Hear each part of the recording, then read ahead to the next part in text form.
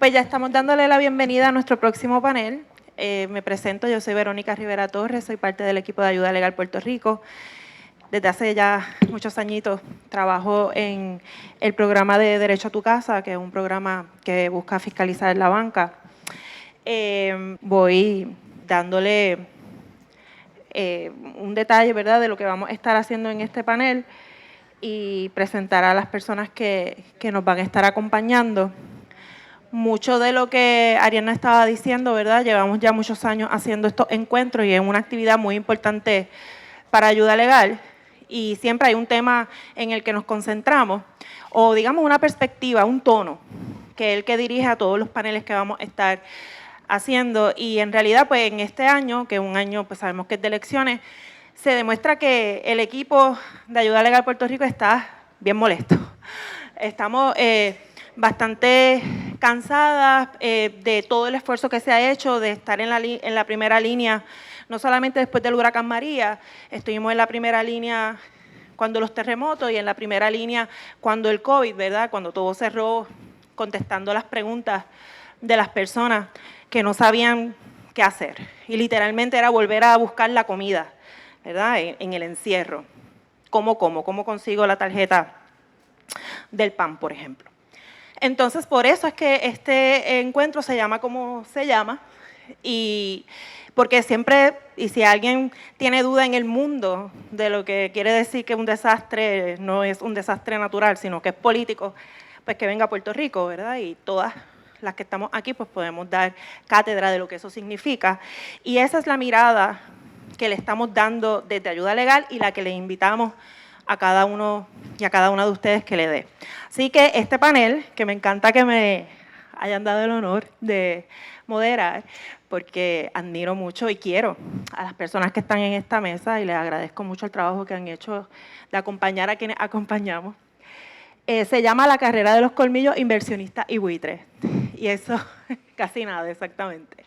Y es importante, eso lo decimos por ahí, ¿verdad? Es un buitre. Y cada una de nosotras puede tener una definición de lo que eso significa. Pero hoy, en este panel particularmente, vamos a hablar, sí, de la responsabilidad del gobierno, pero también quiénes son. Es importante saber quiénes son las personas que están viniendo a Puerto Rico a lucrarse de nuestras miserias, de nuestras tristezas, de lo que ha estado pasando del huracán María para acá y incluso desde mucho antes. ¿Vale la pena hacer ese esfuerzo? Tenemos personas dispuestas a hacer ese esfuerzo y una vez que lo identifiquemos, ¿qué vamos a hacer con eso? ¿Tiene alguna relación identificar a estas personas que se vienen a lucrar con, obviamente, la complicidad de un gobierno que se niega a resistir, a fiscalizar, que tiene una política de manos afuera, mientras de repente las personas nos quedamos sin un hogar, sin un techo? Y ya no es porque vino un huracán y se lo llevó, sino porque literalmente no encontramos dónde vivir, porque no existe, porque está acaparado. Entonces, de eso es de lo que vamos a estar hablando ahora, compañeras. Les presento, bueno, estoy segura que muchos de ustedes ya las conocen. Empiezo con la compañera Marlene Goico García, que trabaja para el Center for Popular Democracy y que hoy nos va a hablar, y espero que nos hable de esas campañas tan importantes que se han estado haciendo alrededor de la Ley 60 y bueno, y la que todavía le decimos la Ley 22, ¿verdad? Que sabemos lo que implica, y esa reflexión es importante, ¿verdad? Porque si vamos a buscar un ejemplo de cómo el Estado ha sido cómplice, y no solamente cómplice, sino que ha creado las condiciones para que ahora mismo vivamos la precariedad que estamos viviendo, pues ahí está, ¿verdad? Está la ley y todo lo que está alrededor de eso. Y obviamente tenemos también a la compañera Carla Minet, que sabemos que desde el Centro de Periodismo Investigativo se ha invertido muchos recursos para hacer lo que se supone que esperaríamos, ¿verdad?, del gobierno en términos de fiscalización, en términos de saber esto que está pasando, ¿verdad?, estas exenciones contributivas, cuáles se supone que sean los requisitos, se están cumpliendo, no se está cumpliendo, tener que ir al tribunal a buscar información porque el gobierno no la quiere dar. Todo ese proceso, ¿por qué es importante, Carla? Porque de momento hay toda una serie sobre ese tema. Y tenemos también a mi compañero Camilo Guadalupe Torres, que trabaja también en Derecho a tu Casa hace muchos años conmigo, y también le queríamos que estuviera en el panel para hablar un poco de esa responsabilidad que tiene el gobierno de hacer lo que no está haciendo, y también porque cuando hablamos de derechos humanos y porque cuando hablamos de la responsabilidad, ¿verdad?, que tenemos las personas las unas con las otras, es importante exigirle cuentas a corporaciones, a entidades privadas, ¿verdad? Porque obviamente pues sabemos que el Estado tiene unas obligaciones y nosotros trabajamos alrededor de eso, buscando cambios en las políticas públicas, pero no es verdad que una corporación no tiene una responsabilidad con la gente. No es verdad. Y no es verdad que nosotras como defensoras no podemos exigirle que actúe conforme a eso, porque si viene a un lugar a hacer negocios con derechos humanos, como el acceso a la vivienda, más vale que puedas responder. Entonces, un poco de eso también vamos a estar hablando. Tengo unas preguntas aquí que creo que ya más o menos he adelantado. Y quería empezar contigo, Marlene, sobre qué piensas tú, ¿verdad? Cuando hablamos del capitalismo, del desastre y todo, ¿qué piensas tú en términos generales? ¿Qué es lo que crea las condiciones para que después de un desastre de repente lleguen estas buitres, como le llamamos, estas personas que vienen a aprovecharse? ¿Qué tiene que estar pasando en un país para que eso rinda fruto? Hola, buenas tardes a todos, buenos días a todos y gracias por la invitación. Yo creo que para hablar del desastre primero tenemos que hablar del contexto en el que estamos viviendo por los pasados años, ¿verdad? Obviamente estamos en una crisis económica sin precedentes, hemos tenido, previo a eso pues habíamos tenido el huracán George, quizás, ¿verdad? Hace un tiempo atrás, pero ya hemos visto cómo se tarda la recuperación en Puerto Rico post un huracán, así que eso no fue diferente. Obviamente la falta de transparencia y de gobernanza de las agencias gubernamentales, la Junta de Control Fiscal, la inhabilidad, como había mencionado uno de los compañeros, de la falta de autonomía del gobierno por también hacer ciertas cosas, yo creo que genera unas condiciones para que se puedan facilitar, ¿verdad?, la entrada de estas personas que tienen un poder adquisitivo mucho mayor que la mediana en Puerto Rico, y entonces pues acaparan ciertos espacios, ciertos sectores, ciertos lugares específicos que como hemos visto pues ya eso ha esparcido fuera de San Juan, de Dorado, de Rincón, ya no es solamente las áreas donde hemos visto, donde estamos acostumbrados a ver, y también pues yo creo que el desarrollo de infraestructura que está concentrado para, ¿verdad?, para unas personas específicas, para unos sectores específicos. Así que yo creo que son algunas de las razones por las que llegamos aquí. Bueno, cuando te estaba escuchando hacer la introducción, primero gracias por la invitación, buenos días a todos y a todas. Me acordaba de el año 2016 cuando nosotros, yo personalmente y algunos compañeros del centro, escuchamos por primera vez la palabra buitre en un taller al que nos invitó la SPT y en el cual vinieron personas de varios países para hablar sobre la trayectoria de algunas de las empresas que tenían deuda del gobierno de Puerto Rico en la deuda argentina y en la deuda griega y en distintos países. Obviamente nosotros aquí en Puerto Rico, ni nosotros en el centro, ni estoy segura que ningún periodista del país tenía trasfondo para entender lo que estábamos viendo, ni siquiera para entender muchos de los conceptos que se nos explicaban allí.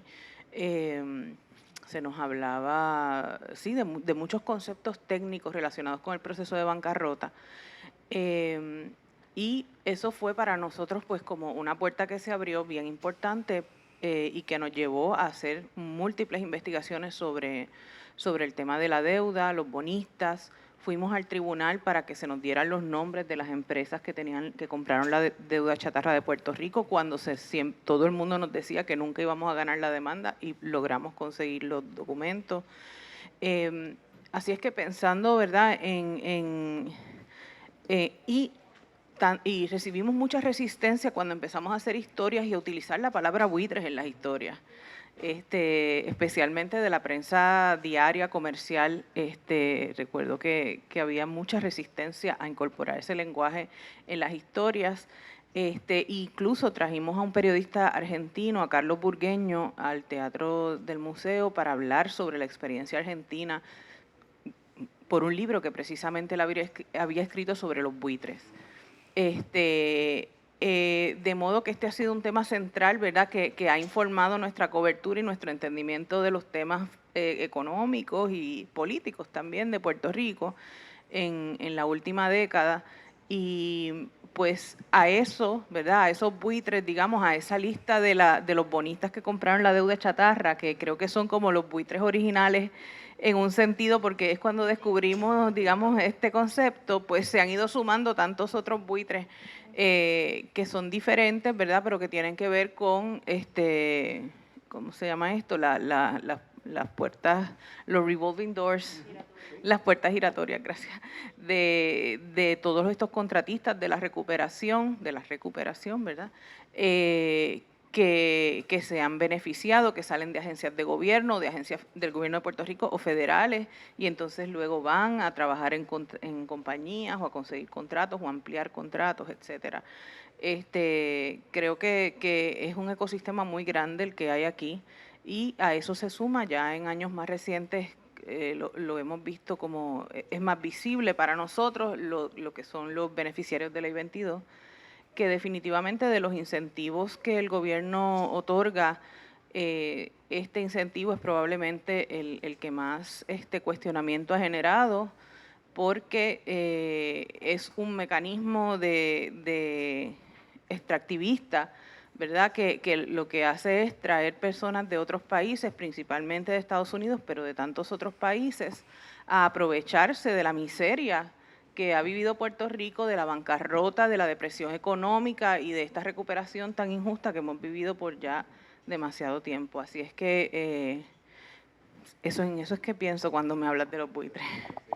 Escuchándote, Carla, hay como, de repente, quienes vivimos en Puerto Rico, Ariadna decía, pues ya son 7 años desde el huracán, y como que de repente se nos puede olvidar lo que era Puerto Rico antes de. Y qué bueno que traes a la mesa sobre cuándo fue que empezamos a decir, bueno, por ahí andan unos buitres, ¿verdad? Y qué significa eso. Y al igual que los periodistas, las activistas, las que estábamos en la calle, pues también tuvimos que sentarnos a ver qué es esto de una crisis fiscal, cómo se diferencia de una crisis económica, porque de repente aquí estaba todo. Todas las crisis estaban, ¿verdad?, en Puerto Rico.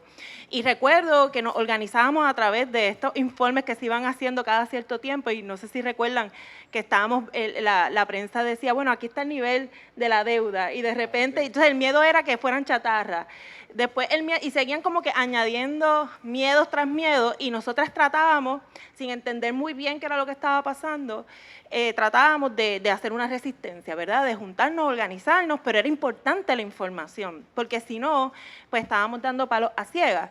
Y en ese contexto en el que todavía estábamos organizándonos de qué significa esto de que vamos a tener que pagar una deuda, o sea, ¿qué significa? O sea, mis hijos, mis nietos, ¿cómo se come eso? Taquiti, llega el huracán, y entonces los buitres, pues, ¿verdad?, se siguen propagando, porque se dan esas condiciones. O sea, que ese es el contexto, y qué bueno, ¿verdad?, que lo traigamos a la mesa, porque no se nos puede olvidar no solamente las cosas que nos pasaron, sino también cómo reaccionamos. ¿Qué hicimos? Cuando en aquel momento, pues recuerdo que era algo que nos sacaba a la calle, y decíamos la gente antes que la deuda, y era hasta poético, era bonito, y era algo que se entendía. Lo que pasa es que después pues vino todo lo demás, y entonces era la gente antes que la deuda, pero la gente antes que todo, porque literalmente estábamos buscando comida, como decía el compañero.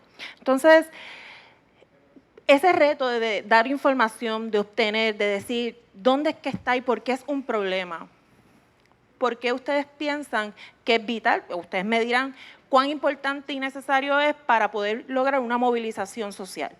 ¿Y cómo ustedes están viendo eso? Si en efecto los esfuerzos que cada una de ustedes ha estado haciendo desde campaña en torno a la Ley 60, a la Ley 22 y en torno al trabajo periodístico, pues quería saber qué retos han confrontado y también si están viendo, ¿verdad?, algún tipo de reacción de las personas que como nosotras sí nos interesa y sabemos que hay un llamado ahí, ¿verdad?, a actuar.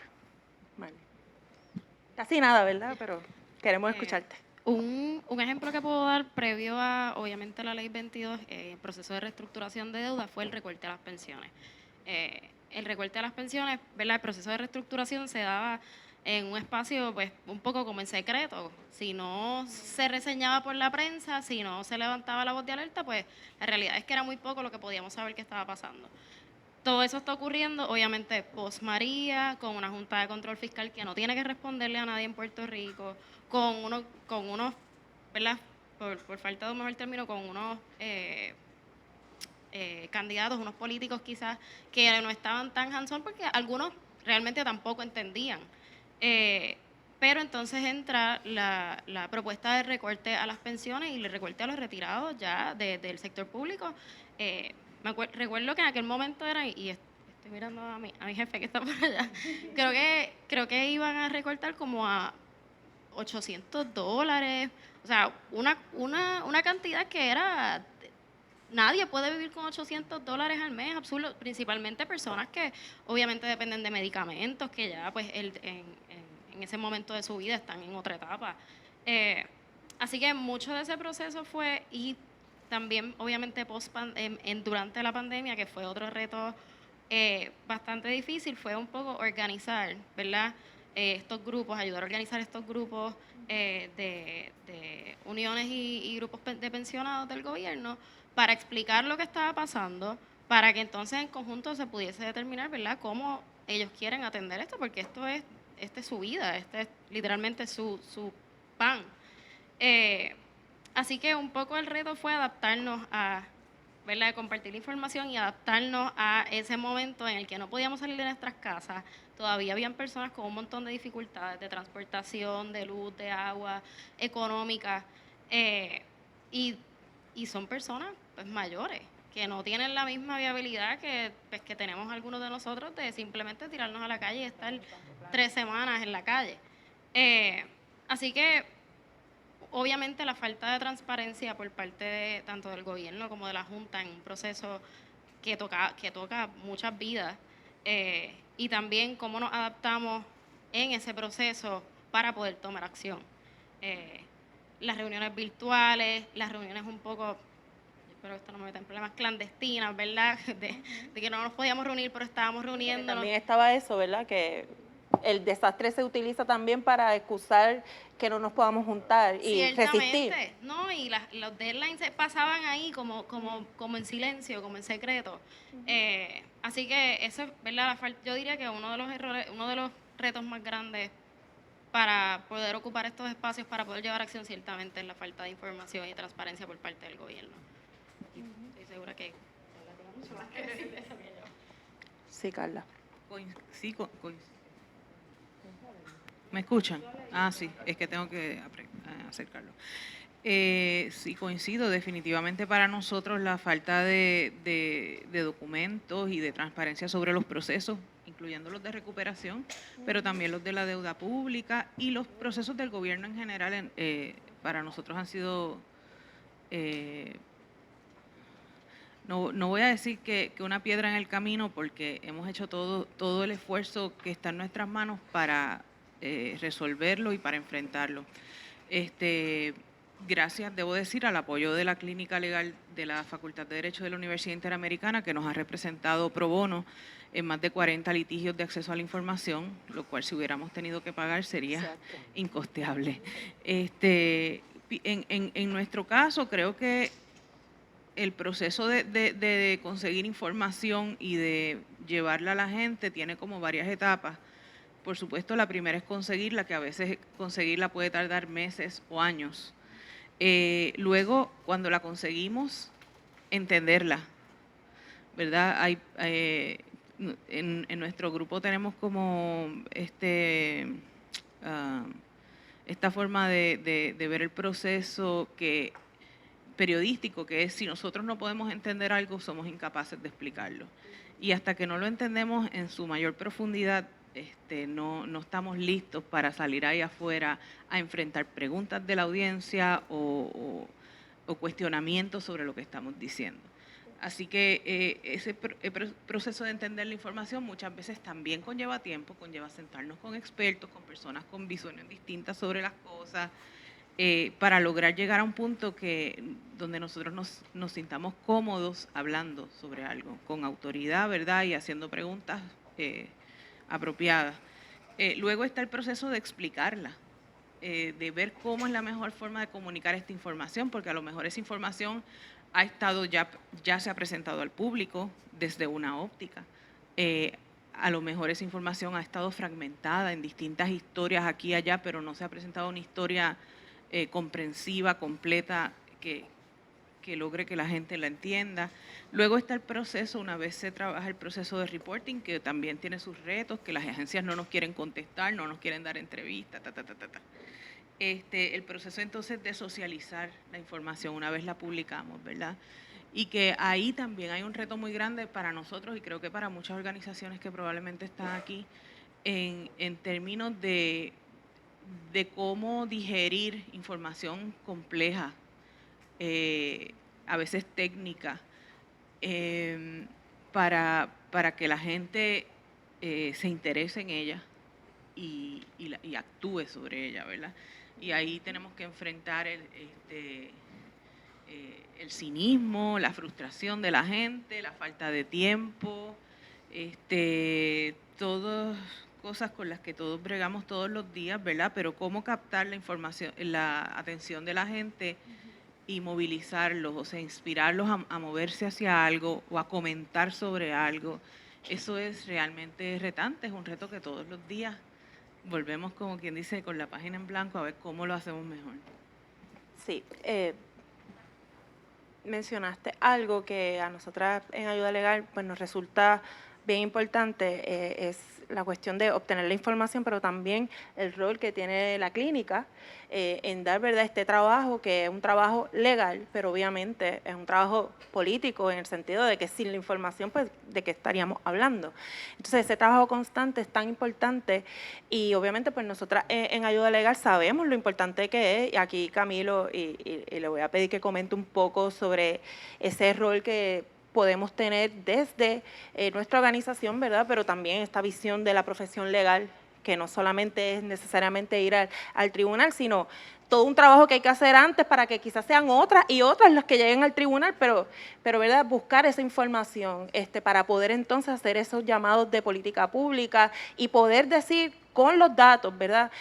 Ahí es donde está el cortocircuito, es ahí.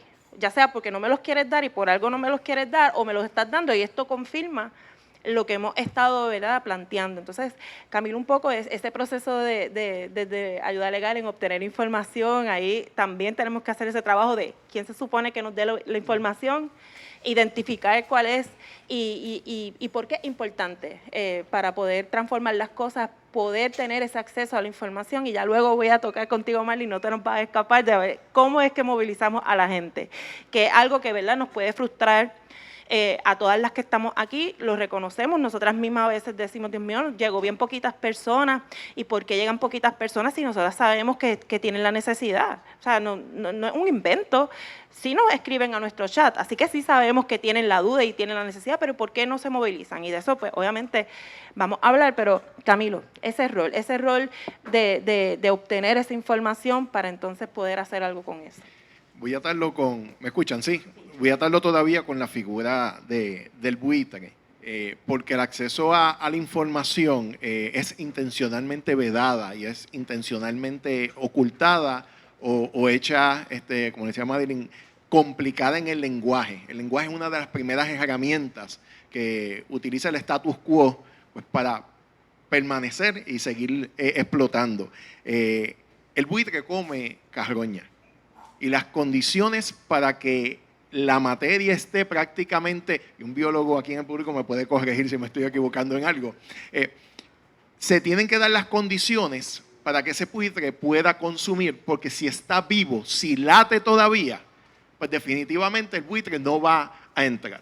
Y lo que estamos escuchando de la ley 22, ley 60, es que ya estaban las condiciones previas para que esa materia se entuviese como cuasi muerta, y entonces poder venir estos buitres a consumir.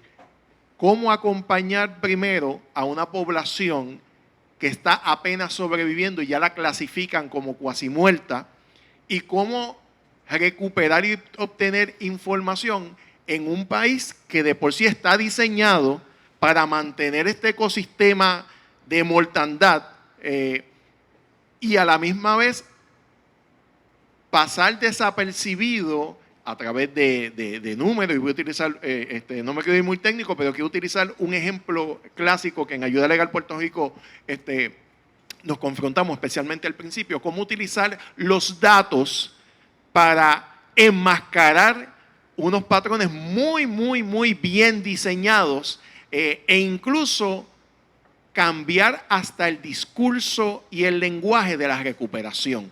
Y aquí, evitando irme muy técnico, el famoso % de delincuencia. Cuando hablamos del % de delincuencia, que son datos que Ayuda Legal Puerto Rico exigía a OSIF y a las entidades que les toca estar monitoreando, y ya hay un peso en esa palabra, delincuencia, es delincuente, hay un delito involucrado, y lo ato obviamente a lo que en Derecho a tu Casa nosotros atendemos, que son las ejecuciones de hipoteca antes, durante y después de los desastres naturales que sabemos que son diseñados, pero un desastre en sí mismo, la crisis hipotecaria. Pues cuando tenemos que la data que nosotros solicitamos de por sí, de entrada, ya tiene una carga moral, por decirlo así, que desvirtúa quién es el responsable de la crisis, ya se le está echando la culpa a las personas dueñas de la vivienda. O sea, yo soy delincuente.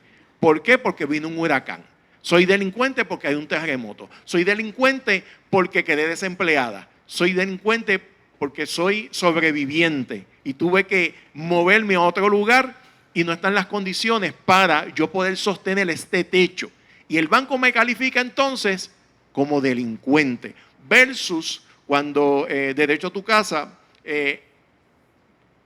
tiene contacto con este dato, dice, no, espérate. Esto es un % de riesgo, porque es el riesgo que se le ha puesto como condición a esa persona para transformar la naturaleza original del hogar, que es albergue en medio de huracanes, que es escuela cuando hay que educar dentro de la casa, cuando es esa dinámica que va forzando al ser humano, y obligatoriamente para que esa persona pueda tener acceso a otros beneficios, a otros recursos, hay que entrarla en el negocio económico y financiero, y empieza a ceder la naturaleza de la casa a lo que es entonces el pagar hipotecario y todos estos instrumentos financieros.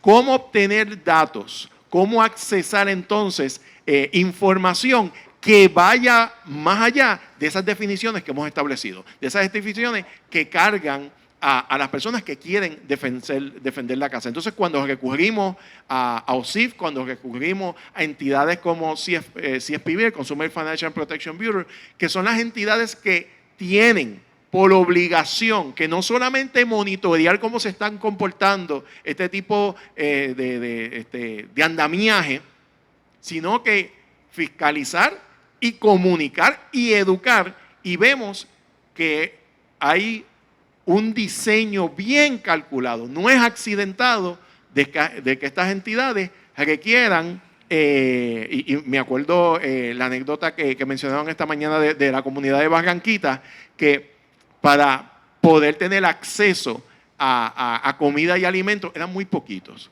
Esa comunidad es muy pequeña. Cuando nosotros acudimos a OSIF, a la CFPB, para darle seguimiento a querellas, a procesos de respuesta y obtener información, son bien poquitos, son poquititos. Y por lo tanto no hay crisis.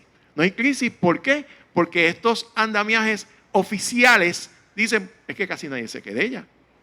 Entonces vemos otras barreras bien calculadas de que hay cosas que si no son en inglés o no requieren o no cumplen con ciertos requisitos, pues impiden que se genere la información que queda atrapada en la cotidianidad, en la piel, en la sangre de las personas que lo están sufriendo, pero el ecosistema político gubernamental hace las maneras para evitar que esa información sea recopilada. Así que desde Ayuda Legal Puerto Rico hemos tenido que forzar, que provocar que estas entidades se expresen y reconozcan, tan cercano como hace, y aquí cierro, hace una semana, que las mismas empleados de CFPB nos reconozcan que hasta que no se cumpla cierta cuota de querellas contra una entidad, pues no se atiende. La CFPB simplemente es un enlace entre la persona afectada y la entidad que violentó los derechos de esas personas contra la casa. Cuánto más en un escenario de desastre y de recuperación, cuando estas entidades que están llamadas a proteger en lo cotidiano, en medio de ese desastre, pues crean las condiciones para que se puedan enriquecer mucho más los que vienen de afuera. Así es. Gracias, Camilo. Escuchándote y obviamente pues nutrida porque del trabajo en común que hacemos, esa cuestión de la delincuencia era parte también del trabajo que hemos tenido que hacer, es que, y de hecho muchos abogados y abogadas no les gustan los casos de ejecuciones de hipoteca porque o piensan que es algo muy técnico y muy complicado, o piensan que no hay nada que hacer, que una vez que usted incurrió en un impago, pues ya usted básicamente perdió la casa. Así que parte del trabajo un poco para nosotros también fue educarnos sobre todas estas cosas y atrevernos a crear otras formas de llamar las cosas que no vinieran desde el poder ni desde el que está quitando la casa, sino del que está resistiendo y se va a quedar en ella, porque así ese es el objetivo, que se quede en su hogar. Y con eso no es casualidad, entonces, que cuando se le llama a una persona delincuente, por eso tantas personas no se defienden del banco, por eso tantas personas no abren la carta y muchas personas nos llaman desde la culpa y dicen, bueno, fue mi culpa porque yo dejé de pagar, fue mi culpa porque, como dice Camilo, le pasaron 20,000 cosas, pero la persona sigue pensando que es su culpa. Pero es que está diseñado para eso, ¿verdad? Está diseñado para que la persona se quede paralizada y no se mueva a defender su casa y que entienda que esa es su casa, y que haya un préstamo hipotecario no quiere decir que esa no es su casa. Y ese es como que fue el primer trabajo, gran trabajo que hemos tenido que hacer un poco con las mismas personas para poder movilizarnos a otra cosa. Y lo traigo, ¿verdad? Porque sí me interesa mucho y nos interesa mucho ese vínculo. Hacemos todo este esfuerzo de tocar las puertas, de demandar, de buscar la información, hacemos requerimientos de información todos los meses y vamos, si tenemos que ir personalmente, vamos. Hacemos ese esfuerzo. ¿Cómo eso se conecta con las personas que, digamos, son las más afectadas, ¿verdad?, por la crisis hipotecaria, por el tema del robo de los fondos para la recuperación, todo eso? ¿Qué pasa? O sea, una vez que se hace este trabajo, y obviamente Carla hablaba del cinismo, del cansancio, eso pues, como yo digo, eso es hablarle de monito a Tarzán, porque aquí todas sabemos lo difícil que está la cosa y claro que nos cansamos, claro que sí.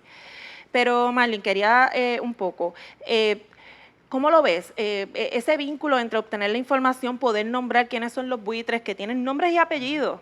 Son corporaciones, pero también son personas que andan por ahí disparándole a perros en campos de golf. O sea, de eso es de lo que estamos hablando.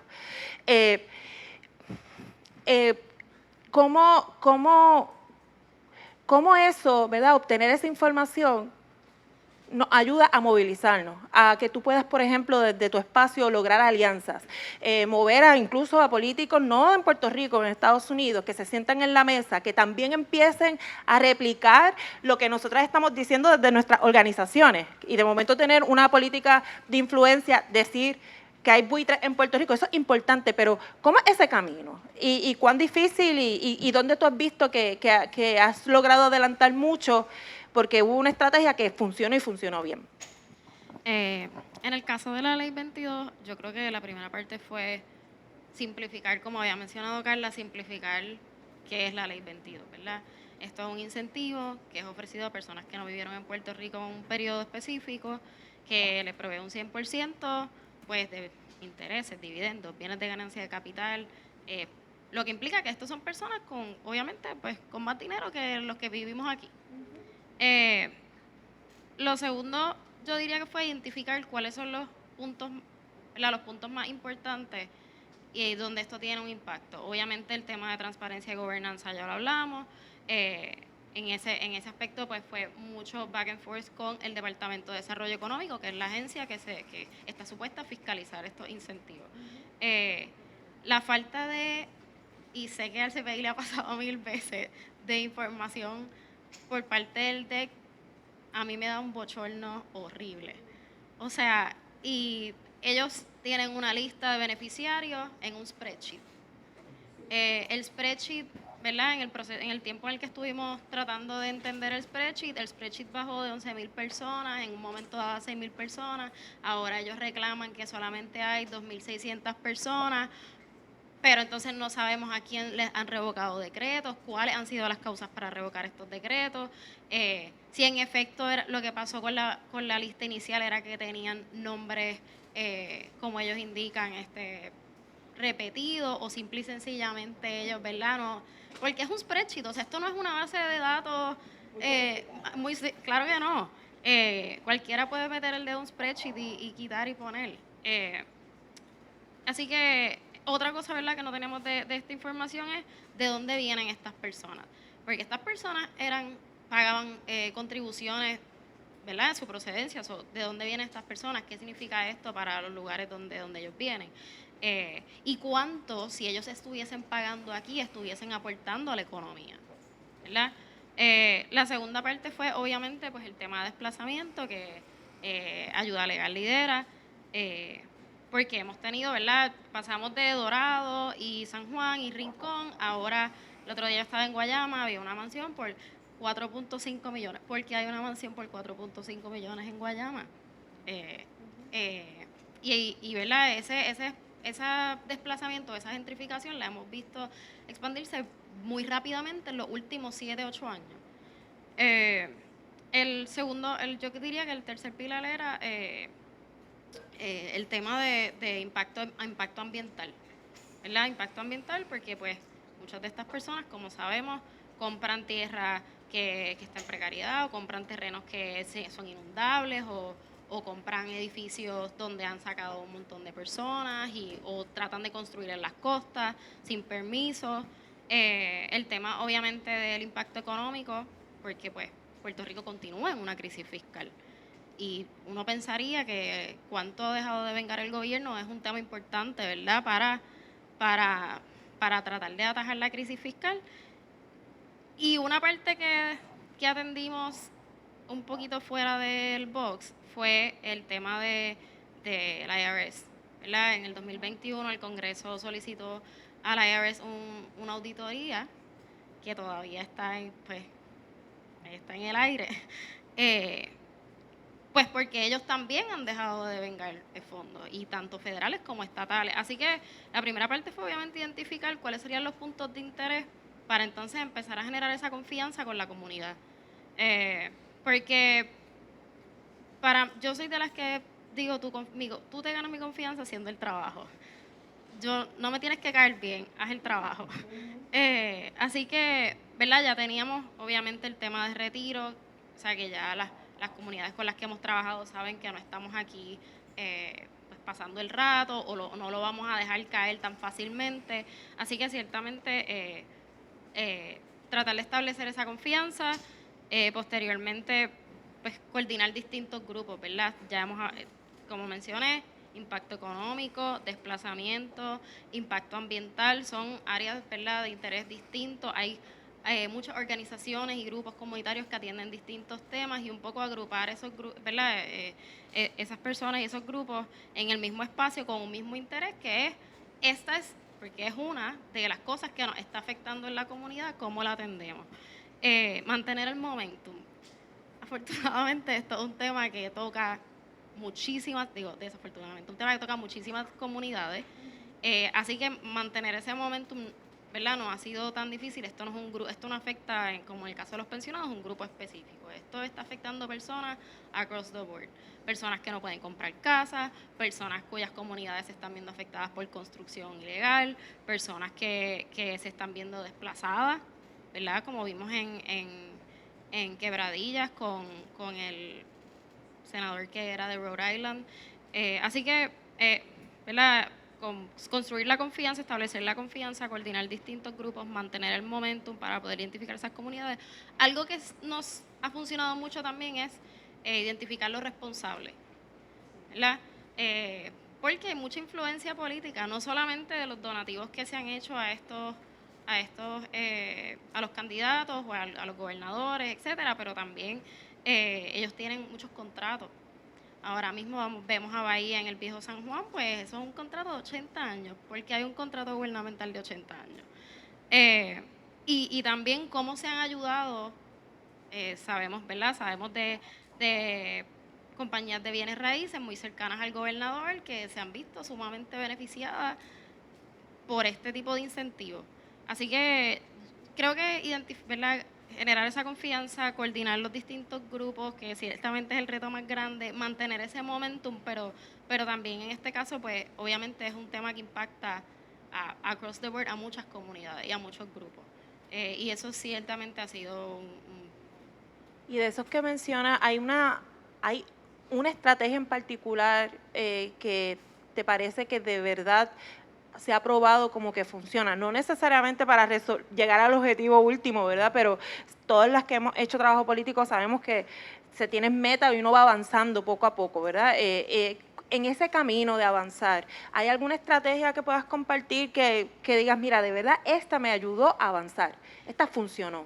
La propuesta de una posible solución, ¿verdad? No es solamente levantar el issue y enfogonarnos y tirarnos a la calle y escribirle cosas a la gente por redes sociales, pero la posibilidad de que podemos atajar esto, quizás no lo vamos a cambiar todo, pero ciertamente que podemos empujar algo y que tenemos un norte, que tenemos una propuesta en conjunto que vamos a empujar, ha sido súper útil, y ciertamente la participación comunitaria. La participación comunitaria. Quería un poco, hay cosas que están pasando en nuestro país y cuando comentas que antes pues sabíamos Dorado, Rincón y ahora de repente cualquier lugar puede pasar. Me recuerda que conozco personas, y estoy segura que ustedes también deben conocer, personas que han vendido sus casas en cash. O sea, de repente alguien ha tocado la puerta de su casa y le ha ofrecido una cantidad en efectivo y la persona lo acepta, vende su casa.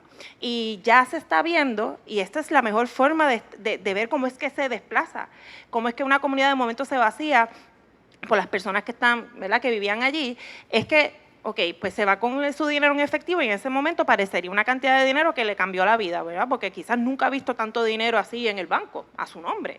Pero entonces, ¿qué pasa? Se quedó sin casa. Entonces viene el proceso de decir, bueno, pero como ahora tengo esto, pues ahora yo voy a buscar mi casita y no encuentra. Porque entonces todo el mundo la va a querer vender en efectivo. Esa cuestión de cuántos negocios no se han caído porque la persona dice, no, pero es que en efectivo.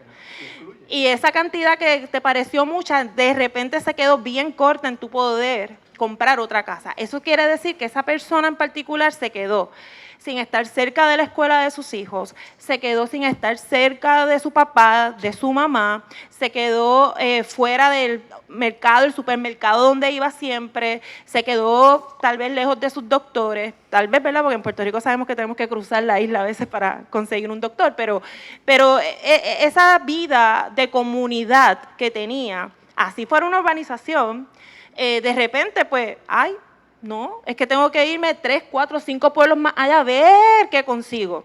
Y eso está pasando en nuestro país, está pasando. Entonces también eso significa que tenemos también, hay una responsabilidad de decir, bueno, es responsable, ético, es conveniente yo vender así, ¿verdad? Porque no tenía en mi mente vender mi casa, yo estaba bien aquí, pero como de momento apareció esta persona, literalmente tocan la puerta, van puerta por puerta a ofrecer dinero en efectivo.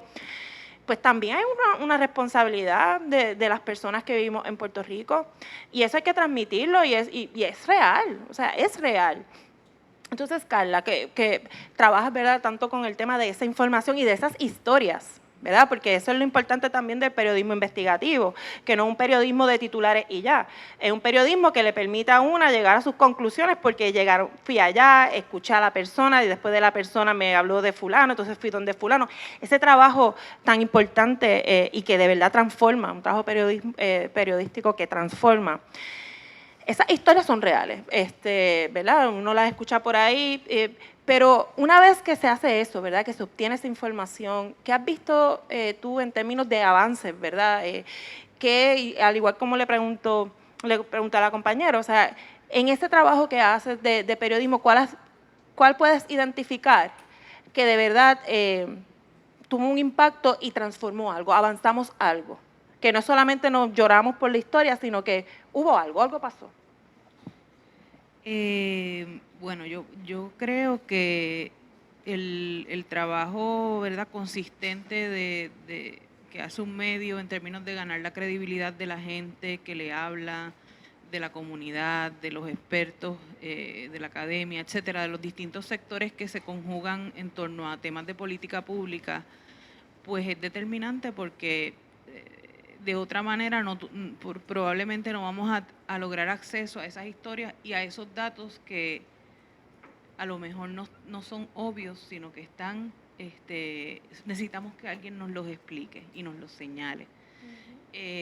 Así es que ese tema de la credibilidad en términos del trabajo y de ser consistente en lo que se hace es, creo que, fundamental para poder hacer las historias. Lo otro es las alianzas que tenemos con los medios de comunicación, tanto de Puerto Rico como de fuera. Cuando sacamos historias, pues antes, digamos, en los primeros años del centro, pues el centro publicaba el reportaje en su página web, pero ahora pues tenemos un ecosistema mucho más robusto de medios que redifunden las historias, medios locales, medios regionales como La Perla del Sur, periódicos regionales, estaciones de radio regional también, periódicos como impresos como Metro, 5 Millas. Es un ecosistema que hemos ido pues construyendo y ¿verdad?, alimentando. Además, el hecho de hacer las historias en inglés, que es algo que hace unos años hemos dedicado mucho esfuerzo y recursos, de modo que esas historias también lleguen a oídos fuera de Puerto Rico. Creo que eso también ha sido muy importante. Y seguir buscando continuamente mecanismos. Este año hemos estado haciendo unos resúmenes de las historias para colocarlas en periódicos impresos regionales, por lo menos en 3 periódicos regionales en toda la isla. Hemos estado haciendo también intervenciones en programas de televisión como Rayos X cada semana o en programas radiales FM.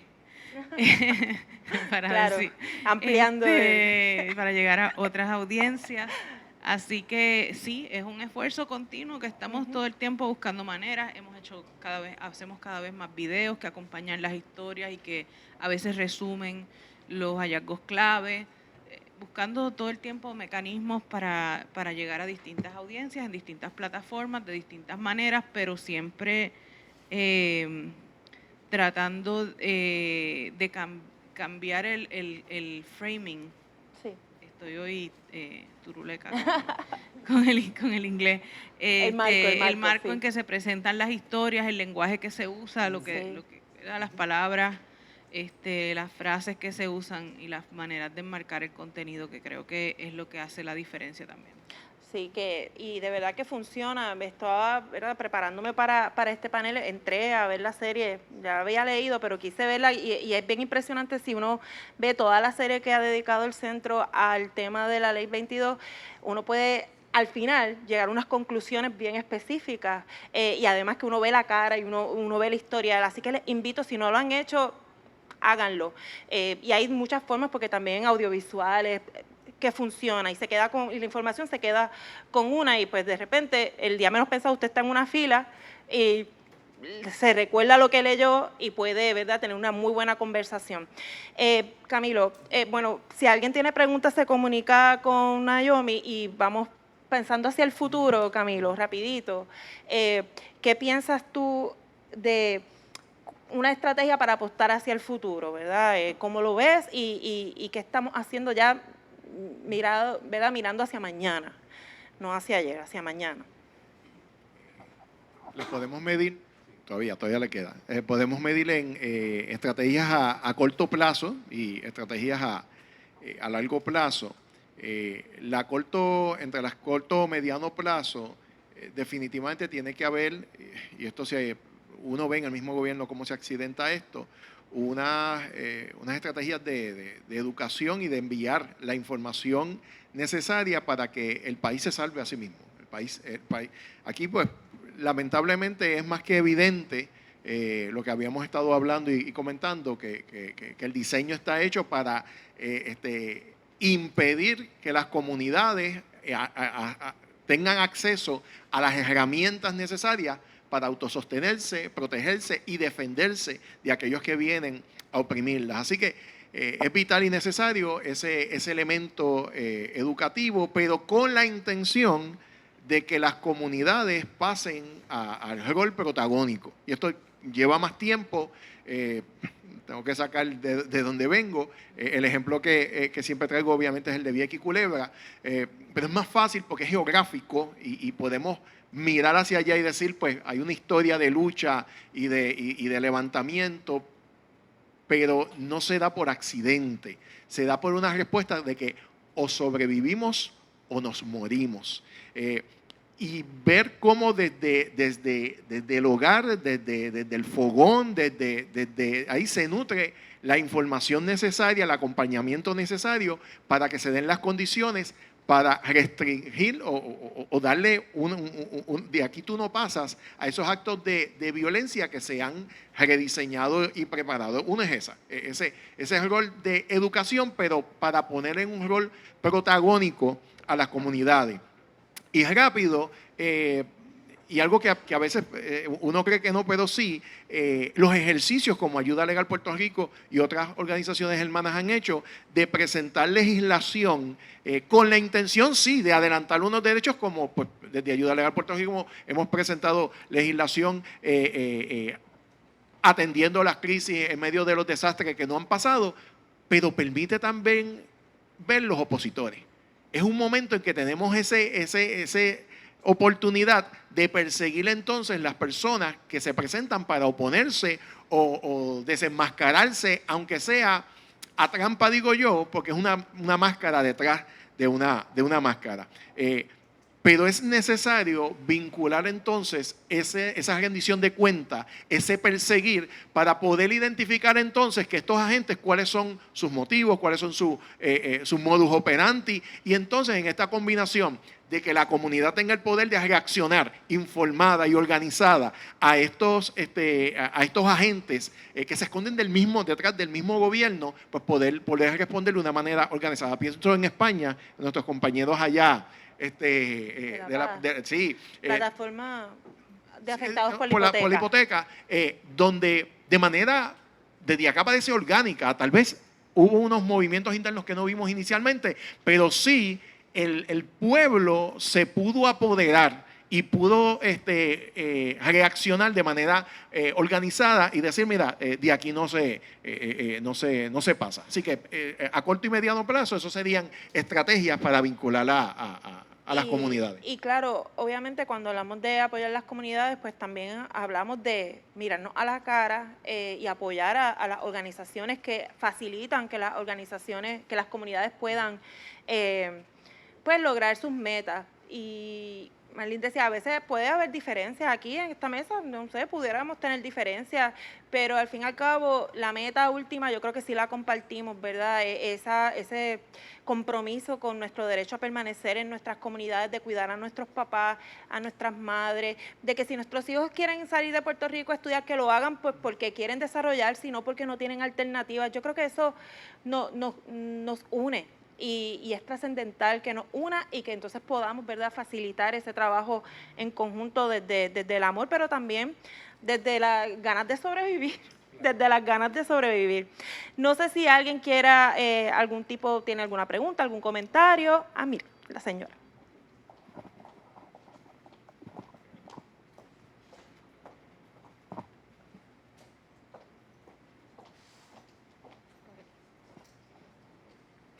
Sí, Sheila de nuevo. hay, hay una manera de saber, digo si se puede, hay una manera de saber qué políticos, ¿verdad? Representantes, ¿verdad? Representantes de Puerto Rico o de afuera, ¿verdad? Representantes congresistas de Puerto Rico o de afuera, o el mismo gobernador, de saber qué políticos se han opuesto a alguno de los proyectos de ley de ayuda legal que los han amapuchado, que los han engavetado. Me encanta el tema. Digo, una manera para el público, tendríamos que llamarlos a ustedes o llamar al Centro de Periodismo Investigativo, bueno, o hay otra manera en el caso pública. de la ayuda legal Puerto Rico, en estos días la directora, ayer estábamos bastante afectadas porque aunque había un proyecto que el gobernador vetó, que es un proyecto que hacía justicia a cierto sector de los dueños de casas con hipoteca, y el gobernador lo vetó. Pero es que no es el primero que veta, o sea, nos vetó uno que para nosotras era lógico y logramos todo el mundo, o sea, lograr que un proyecto llegue hasta el escritorio del gobernador, eso es un gran logro. Y lo vetó, y ahí sí que fue bien claro, lo vetó. Era un proyecto que decía, mire, si hay una declaración de desastre mayor, vamos a dar una moratoria para que nadie se quede sin casa por lo menos 3 meses, tanto en alquileres como con hipoteca. 3 meses. Y el gobernador, entonces, a nivel de prensa, y esto es bien importante, a nivel de prensa parecía que el gran sector era el alquiler, o sea, los arrendatarios, los arrendadores, ¿verdad?, oponiéndose al proyecto. Y al fin y al cabo el gobernador lo vetó porque decía que, ¿verdad?, el proyecto intervenía indebidamente con el contrato con el banco. Y lo puso así, o sea, sin ningún tipo de problema. O sea, que es bastante fácil en ese caso, pues poder ver, ¿verdad?, follow the money. Por eso es tan importante el trabajo que hacen las compañeras, porque es bastante claro. Pero al mismo tiempo, pues también hemos sabido ganar, ¿no? Y hemos logrado, sí, cambios en las políticas públicas. Creo que el trabajo que hace el Centro de Periodismo es bien importante para poder hacer ese, ¿verdad?, ese chequeo de qué es lo que este representante, este político. También hay organizaciones comunitarias que lo están haciendo, Proyecto Matria, la Ruta de las Mujeres, y también tenemos aquí a mi amigo adorado Pedro Julio, que también se está haciendo un trabajo de rendición de cuentas, así que hay que estar bien pendientes porque sí se está haciendo las cosas, ¿verdad?, pero no necesariamente llega a todo el mundo. ¿Alguna otra pregunta? ¿No? Bueno. Sí, tengo aquí. Sí. Maritere Padilla de Hispanic Federation. Buenos días.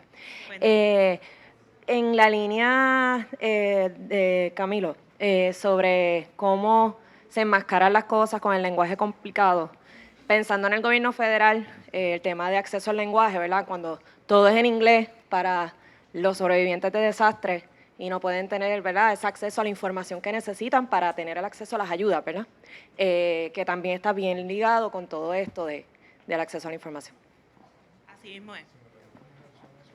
En estos últimos meses hemos estado acompañando a personas en procesos de querellas, por ejemplo, ante entidades federales, y parece risible ya, o sea, ya llega a un nivel de ridiculez, como el ecosistema también discrimina de esa manera con el lenguaje y margina a las personas a obtener acceso.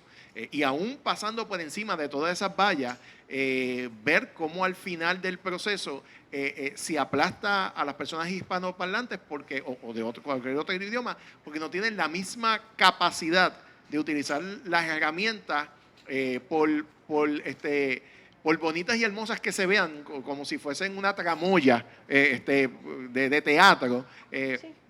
Y uno ver que detrás de todo eso realmente sigue siendo un diseño, sigue siendo intencional que ciertas poblaciones tengan que utilizar el teléfono, por ejemplo, para poder entonces llevar sus derechos y las acciones que quieran defender, y sigue siendo pues parte de ese andamiaje que hemos estado criticando. Pues muchas gracias. Quiero agradecerle a este panel extraordinario y gracias por el trabajo que hacen y gracias por decir que sí, sacar de su tiempo a venir aquí, a encontrarse con nosotras. Gracias, Camilo, siempre. Qué bueno caminar contigo. Y ya, ahora vamos al próximo panel, al próximo panel. Muchas gracias.